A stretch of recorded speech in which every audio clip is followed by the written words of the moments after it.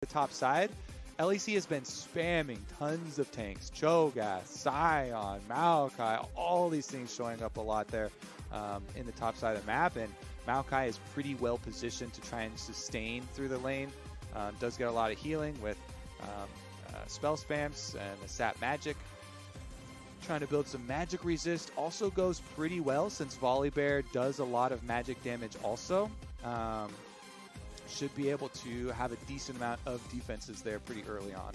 And I really like this last pick from Cloud9 too, the Morgana. Black Shield, able to stop the sleepiness from affecting you even after you've already become drowsy from the Zoe bubble. If you see the Ashe arrow coming, you can stop the stun from that one. Protects against Maokai's point and click engage. Really think this is a great pick there into all the CC drafted by the side of Immortals. And the one thing I'm looking at here is last time around when we saw this in the previous game, we're like, okay, it's Azir and Aphelios. That's some late game powerful damage potential. And while we all know what sort of multi-year damage potential Zoe can have if fed, that's typically towards squishier champions. Onto a tank line, she doesn't quite have the same one-shot potential. So when you lack the Azir, when you lack that insane sustained DPS that can come out so quickly in the late game fights, I question, will Immortals be able to break through this front line of C9? Yeah, I mean, they're going to have to look for a lot of the picks here with their strengths. They've got really, really good hard engage. Ashe Arrow, Maokai ultimate, Nautilus ultimate, set. Like, there's so many things for them to force fights with. You just have to be good about choosing those fights on Cloud9 members when they're transitioning. This is a more of an approach of, we're not trying to outscale you for later. We're trying to fight these fights with you.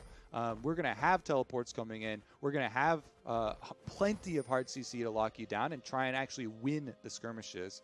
I think a lot of those depend, though, when your main DPS sources is Zoe. They depend on the Zoe hitting these skill shots first and early. Because if you can start it out with a Sleepy Trouble bubble and then you have all of the CC coming through to lock up the kill, that goes a very long way, as opposed to Zoe walking in, even just missing one or two pieces means you're going to lose out on a lot of the damage since you do have so many tanks.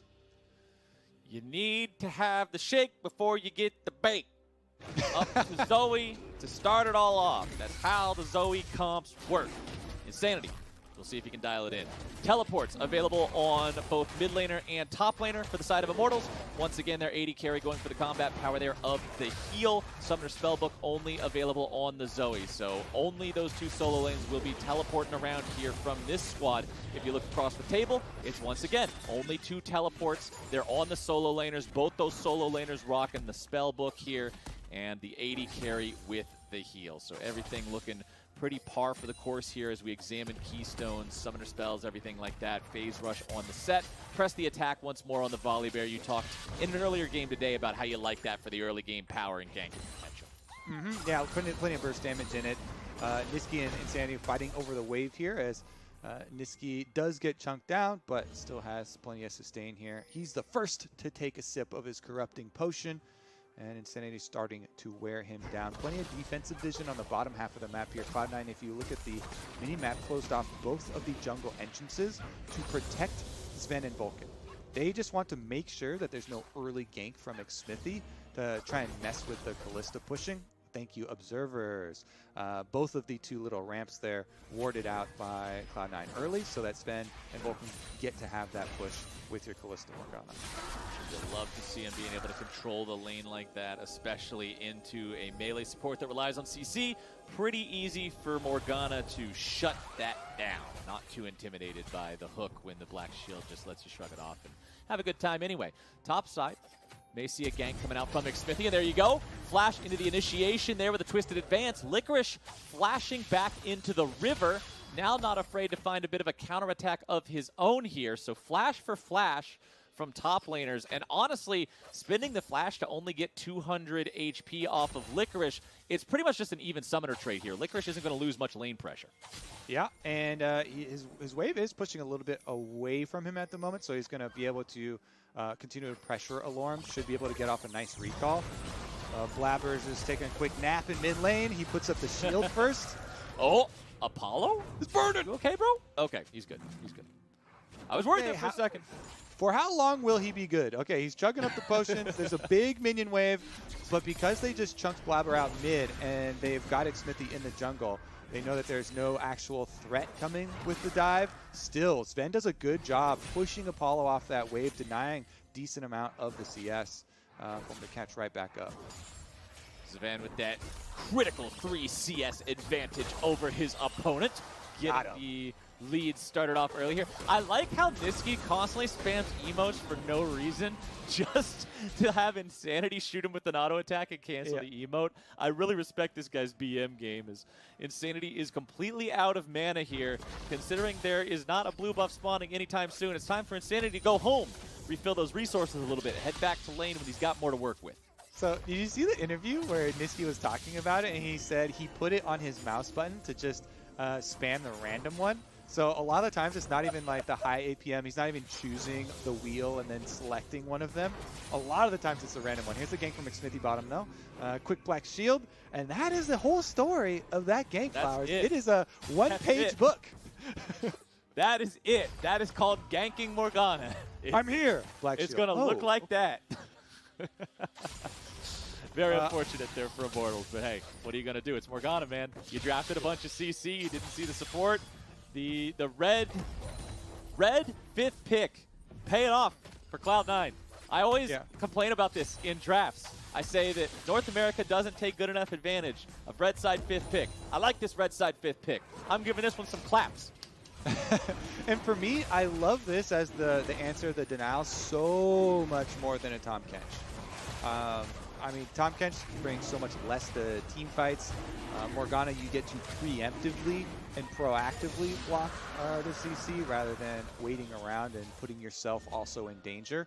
Plus, she works really well with Ballista, being able to get off a lot better ults herself, knowing she also has that safety from Sven. Bench the Kench, but Morgana is Nirvana. That's the champion you need to pick right there. She even has cooler rhymes. Everybody's seen a bench. Who all's actually been to Nirvana? Like, nobody. It's a crazy meditative state of super peace, and we all play League of Legends, so we don't know what that feels like. We're out here trying to grind for our internet points, bro. We don't got time for that. You're not making the trek up into the mountains? You don't have the meditation app? Those are hot now, Flowers. I'm a Skarner player, bro. I only trek to the desert where I can find my spires. Well, maybe we'll get the Ocean Soul for the Ocean Rift and find our way there. Currently, yeah, there we go. That'll help us out a little bit. Blabber's found his way here. Jungle. Both junglers have found their way here as Licorice goes into the ultimate, looking to buy himself a little bit of time. But the meatballs of Immortals are going to keep themselves in good shape so far. Niski arrives in the very edge of the knock-up. We'll make sure that trade goes 1-for-1. Yeah, I think the positioning there a little bit off, actually, as Blabber positions to the backside, allowing Xmithy to get the stun off of the clap back, and they pick up the kill first. That first Galio ultimate, they would ideally like it to use that a lot better, a lot more successfully than a 1-for-1 trade. Still, though, Cloud9 will retain their gold lead. And here's kind of the positioning I'm talking about. So Xmithy goes in. You know you need something on both sides of you as set to get the stun. Blabber walks right over to the other side, so Xmithy does get the clap stun, fully burst down Licorice, and then even though the Galio ultimate does come in, they can answer one. I think Immortals are pretty happy burning the Galio ult cooldown, as that's something they really had to work around in the early game in a 1-for-1 trade. Yep, if you're Immortals, you'll take those, but Cloud9 is going to continue taking control of this bottom side here, pushing up time and again. Also got that Demolish proc ticking down to grab some more plate money. Blabber goes over the wall, but considering there's still 2.5 minutes before the Drake spawns, he'll have to settle with a little bit of an appetizer here. Some crab legs walking around the river. Crab still attached. Pick that one up. Easy peasy, 1, 2, 3. Cloud9 is up almost 1,000 gold despite the kills being even. You can see farm leads for them across every role, with the biggest lead being down here in the bottom lane, about 3 waves worth, which if Apollo is able to farm this all correctly will shrink down to about 2. And there you go. One more shot here onto this last little minion. It's all taken care of. Well, honestly, it's a lot because of the possible counter engage. When you have your Callista Morgana, Black Shield allowing Sven to just kite back, and it's so difficult You don't get to keep up in range with those hops and can really punish a Nautilus on the way out. So it makes Hakuho have to be so careful with the engagements that he does choose on Nautilus. Whereas usually you could be a bit more free on Nautilus. You know, after shock is up, boom, you go in, get big trade, and you can get right back out. Versus this combo is a lot more difficult to make sure you don't take a lot of damage on the way out. And now that they're hitting level 6, you do get the possible combos. Smithy's starting up the Rift Herald, but deciding it's probably against his best interest, considering Niski has entered into Fog. They also don't know the location of Blabber. It's not a good plan. And sure enough, his instincts were correct, because Niski wanted to make sure that Shelly wasn't under siege from anybody wearing an Immortals banner. Sleep finds its way on to Niski. Nice follow up there with the Paddle Star. Random dab. Sad V. I love how all the mid laners that start playing against Niski know that they have to prep a bunch of emotes too. Yeah, you know what kind of game you're playing when you're up against Mr. Niski here in the mid lane. It's a game of both skill and bad manner, and you've got to be equally adept if you want to survive. I mean, Blabber hanging around the mid lane. Oh, that's League of Legends as a whole, right? It's got a mental aspect to it. But yeah, you're talking about the Rift Herald getting started up here, though. Looks like Cloud9 making a move towards the bomb side instead, completely giving up on that first Rift Herald instead. And, you know, Dragon Stop for another 30 seconds. There's not a lot for them to take there. They three-person ward the Raptors. I like Cloud9 walking away from this one, recognizing that Immortals had rotated their bottom lane up.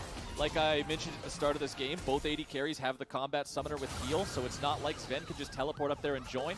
Blabber shows up in the mid lane, but Smithy's also there. And with Niski already at half HP, that means Cloud9's walking away. Drake is spawning here in 1 second. Cloud9 also still retains control over the tier 1 turret in the bottom lane. Alorum recognizes there's not any fun or minions to be had for him in that bottom lane, so he's just going to beat on some Krugs instead. Hang out down here, grab himself whatever money he can find. He'll take over that creep wave once that tier 1 turret is gone. Blue team summoning up the Rift Herald. It says it on your screen. Immortals trying to grab some free money and plates up here, and they should be able to get it. First turret gold bonus over to Immortals, and there you go. Good use of Rift Herald. Cloud9 will grab their turret in response just moments after. Cha-ching! And for a brief moment, Immortals had taken the gold lead there. Till the gold comes in, of course, from the bottom side for C9. Another charge should get off here for Shelly as well. And the big chunk onto the top side. So Immortals doing decently well as far as, you know, playing against a lot of these possibilities from Cloud9. The Gallia ultimate is back and available now for Niski, though, as everybody's summoner spells have also come back off of cooldown. So I expect there to be a bit more fight over the next set of turret plates, bottom side for Immortals, trying to push in that area to move up and get some money for themselves. You can see Blade of the Ruined King just now as well, popping up on your screen there. Completed for Sven on the Callista, so the kiting power increases. The speed at which he's able to hop back and forth while auto-attacking increases. And of course, we know how effective that percent HP damage is against a target like Alorum or like Xmithy, that while they have plenty of health with their items so far, the armor just isn't there. So Sven will be able to eat these front lines alive. Here's what I want to look for next. You see, when you have a split map like that, you trade towers, there's got to be a lot of wards behind you. And Immortals haven't been able to sweep out any of these wards that Cloud9 left when they took the tower. So you have to be so scared of a cannon flank. Couple of those wards now, as you see them retreating into their own jungle, were opportunities for Licorice and Cloud9 to actually... Oh, the bear is in trouble, but now he's going right back in because Galio's coming down on top. Reinforcements have arrived. Niski going into the back line. Apollo's in some trouble. Here comes your slicing maelstrom. Here's the lightning. Here's the thunder.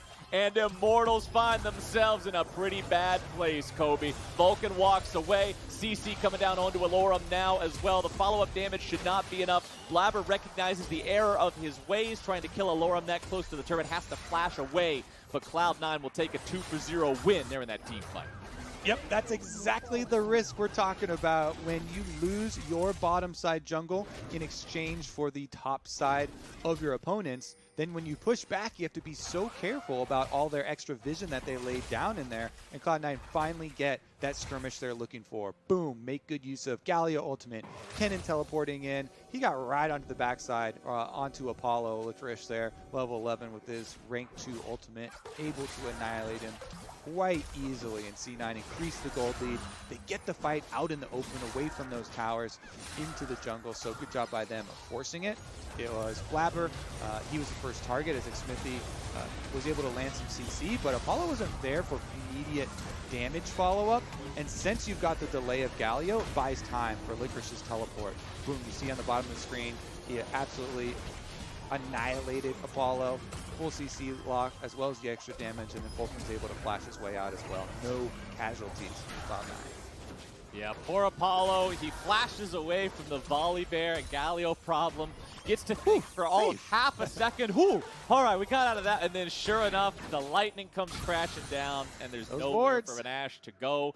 And you can see the damage charts, man.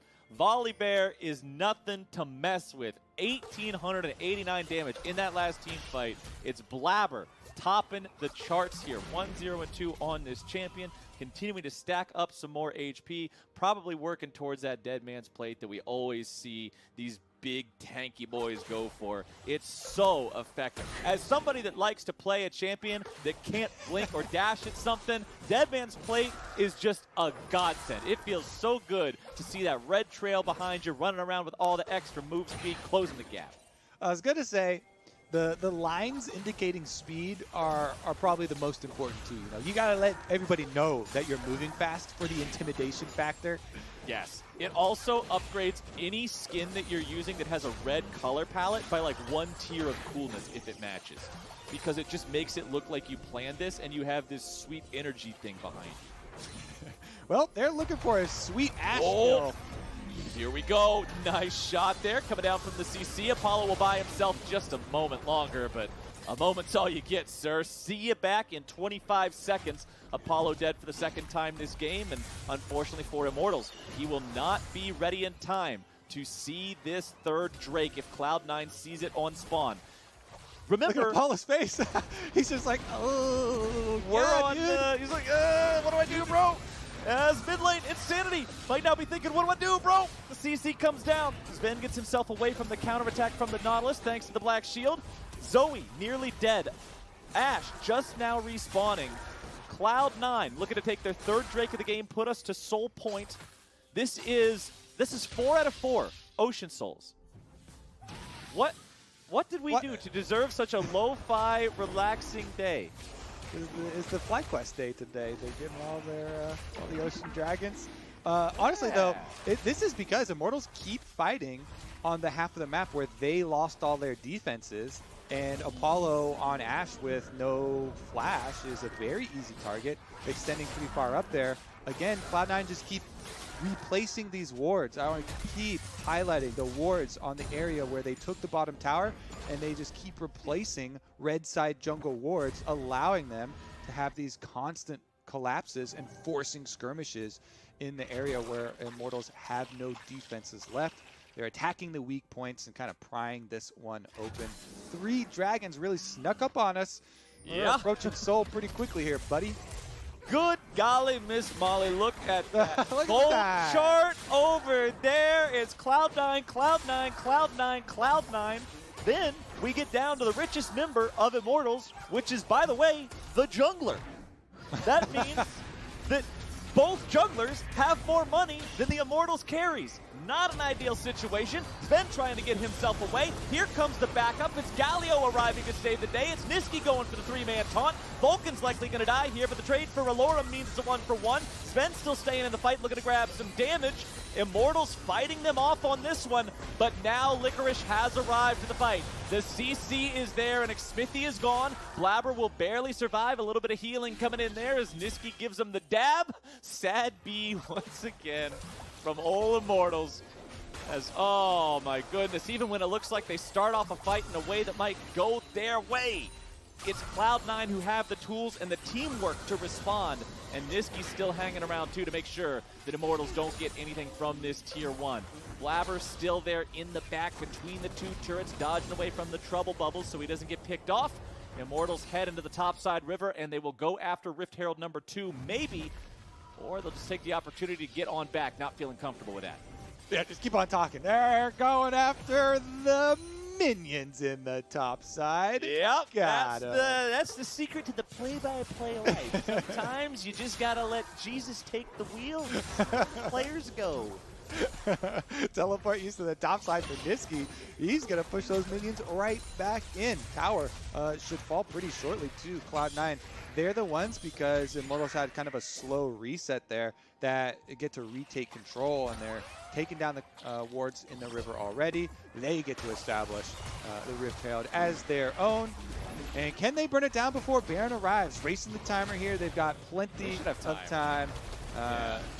Before the Baron comes over and scares him away. It's 1955 if aggroed. Yeah, if she's in combat. Yeah, 1945 if not aggroed.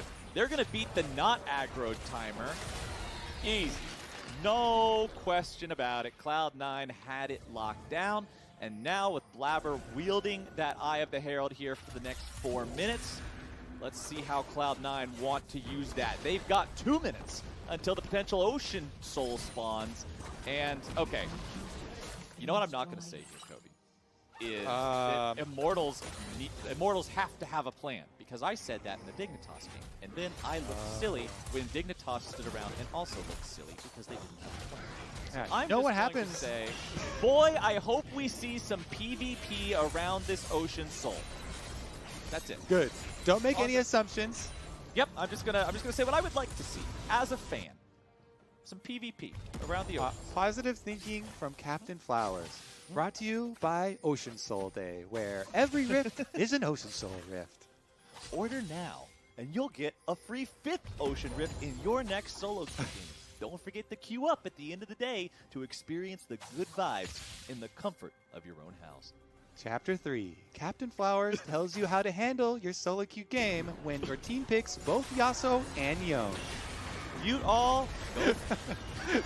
Big Smithies! Running for his life with the haymaker to block the damage, but he's not going to block enough. Here comes the entrance from Niski, and there's Blabber jumping in to turn the turret off, buy him a little bit of extra time, and there's Shelly showing up to finish the job.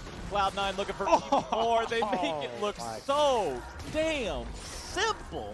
They pick up 3, they pick up a turret, they almost got the tier 2. Baron is alive, and Cloud9 is heading on over to it. Immortals, with only their mid laner and top laner on the map, surely have no answer to this. Surely. In the bottom side, surely. There is no way. Zoe! The Immortals pick up a smite somewhere? Can she find a smite on the ground? Zoe! I don't. Who's Go got? stab Okay, it. she's got Who's the got one? smite. She's got the smite. She's got chilling smite. Get in there. Insanity will absolutely live up to his name if he R's over the wall and smites this Baron. Licorice is at 1/3 HP. Blabber is drowsy. There's no smite in the pit from either side, but they have a rend. Cloud9 have gotten away with the Baron here at 22 minutes. Immortals is showing up and they're trying to fight him. Immortals, there is an Ocean Dragon on the other side of the map. Y'all need to just go over there and get that as fast as possible. Because if this team gets Ocean Soul and a Baron at 22 minutes, everything is borked. All right, I think they got it. They had to pick up some crab meat on the way home from the store. Nice Little crab acquired. Apollo's on the case, though. Blade of the Rune King should be able to burn this one down. Then they just have to get back in place for defense. They're going to give up the secondary turret pretty much regardless, so just mount your defense on the inhibitor turret here. Actually, they try and make a swipe here. They'll delay the take. Probably next wave, though. Cloud9 can come to collect. Yeah, the Volibear ulti also not fully recharged here yet. Remember, once that's ready to go, we'll probably see some pretty disrespectful diving coming in from Cloud9. With a lead like this, with the comp they have, I fully expect them to just go pedal to the metal here. And continue to push down the mid lane. Blabber still waiting on that ulti cooldown. Licorice has ult ready to go. Niski also needs a few more seconds before his can happen. And once everything is assembled here, it's kind of, this is Team Comp Exodia. They just need to draw the last couple of cards here with the summoner spells, and it should be GG. Yeah, they're looking to throw Apollo in the bounce house once again. You saw it last time when they picked him off mid lane. Just knock up after knock up. He just got tossed in there when he was not looking to play. And he's got no flash this time around either. So Ashe is still just such an easy target for this Cloud9 comp to go after. Nobody can protect him either. Poor Hakuo's stuck being an overprotective mom. Get my son out of there. He's too scared. He won't survive this bounce. Sure enough, the rest of the kids are like, oh, and here comes Jedi. Apollo's up the picture. Lab is on a killing spree. Cloud9 is continuing to chase. Insanity's on the run, but Sven has his number. Important to walk away with 3 players remaining. And all he can do is look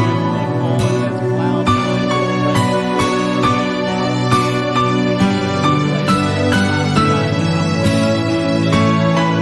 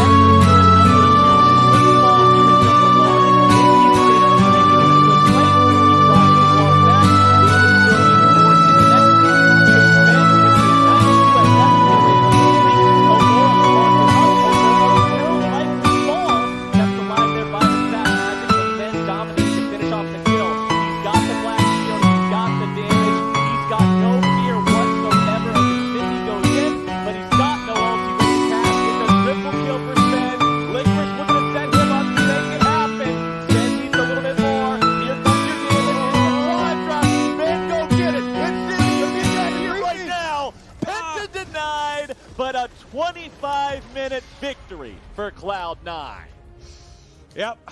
In the Cloud9 games, the bounce house plays you, Captain Flowers. They bring it home to Apollo, and there was no chance there. They dive him once again. Another easy kill. Honestly, as soon as we had the one trade, the one breakpoint in the game where top side goes down for Cloud9. They trade that for pushing hard on the bottom side. Sven and Vulcan had absolutely dominated that lane, and they finish up the tower by themselves. Then being able to play off that side over and over. They leave behind wards. You teleport in on those wards, constantly attacking the weaknesses here of Immortals. And we're back to seeing Cloud9 to business as usual. Yup, Cloud9 looking like Cloud9 here to close out the day. And now we're going to toss to that commercial break here one more time once we get back on the other